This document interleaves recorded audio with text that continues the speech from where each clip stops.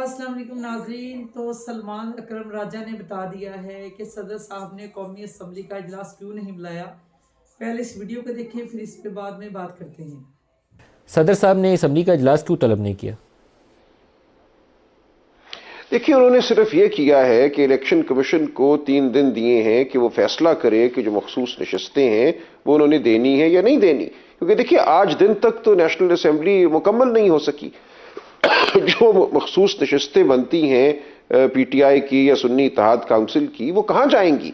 आप मुस्तकिल तौर पे कौमी असम्बली को अधूरा तो नहीं रख सकते। और इस बात से मुझे बिल्कुल इत्तफाक है कि 21वें दिन, जो कि 29 फरवरी का दिन बनता है, उस दिन तो बहरहाल इजलास होना है। लिहाजा कोई आईनी पामाली नहीं होगी। मुझे बिल्कुल समझ नहीं आया रजा रब्बानी साहब ने क्या कहा कि आईनी पामाली हो जाएगी। 29 फरवरी को बहरहाल इजलास होगा। हुआ सिर्फ इतना है, और इस सदर साहब की समरी वापस करने के नतीजे में कल इलेक्शन कमीशन ने एक हियरिंग रख ली है इन मखसूस नशस्तों के हवाले से।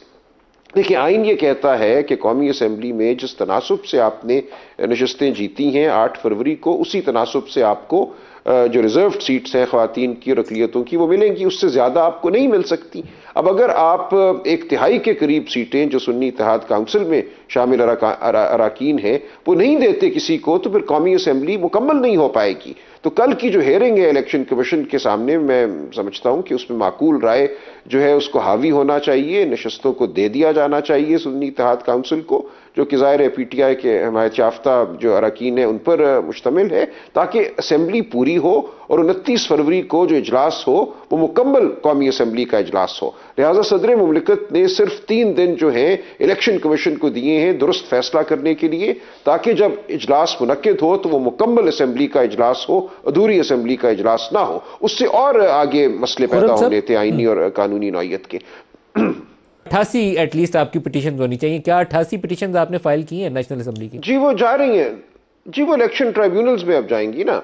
इलेक्शन कमीशन में तो सरेदस्त वो लोग आए थे जिनको फौरन फॉर्म 45 मुकम्मल मिल गए थे।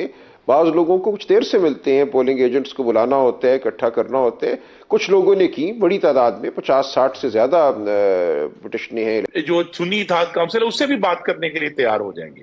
लेकिन अगर मुस्तकिल ये रवैया रहा जो उनके अभी तक बानी चेयरमैन का मौजूद है कि जी मेरे अलावा तो सब गद्दार हैं और काफिर हैं और डाकू हैं, तो फिर मामला नहीं चलेगा और खामखा की बदमज़गी होगी।